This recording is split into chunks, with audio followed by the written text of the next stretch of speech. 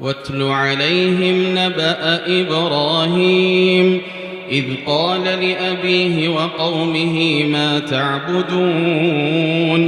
قالوا نعبد أصناما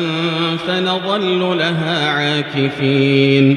قال هل يسمعونكم إذ تدعون أو ينفعونكم أو يضرون قالوا بل وجدنا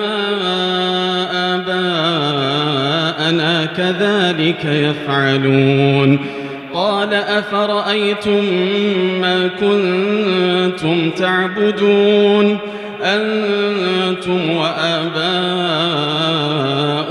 الأقدمون فإنهم عدو لي إلا رب العالمين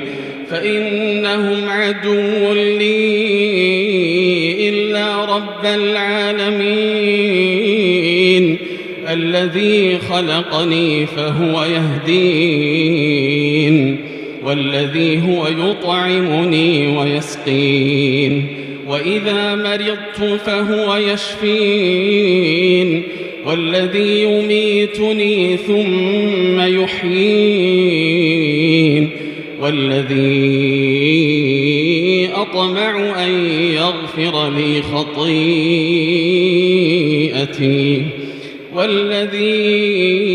أطمع أن يغفر لي خطيئتي يوم الدين رب هب لي حكما وألحقني بالصالحين واجعل لي لسان صدق في الآخرين واجعلني من ورثة جنة النعيم واغفر لأبي إنه كان من الضالين ولا تخزني يوم يبعثون يوم لا ينفع مال ولا بنون إلا من أتى الله بقلب سليم وأزلفت الجنة للمتقين وبرزت الجحيم للغاوين وقيل لهم أين ما كنتم تعبدون من دون الله هل ينصرونكم أو ينتصرون فكبكبوا فيها هم والغاوون وجنود إبليس أجمعون قالوا وهم فيها يختصمون تالله إن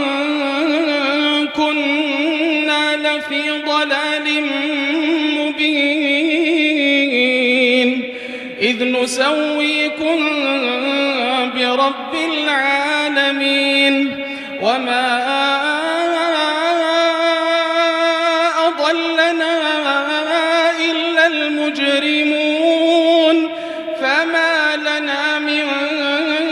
شافعين ولا صديق حميم فلو أن لنا كرة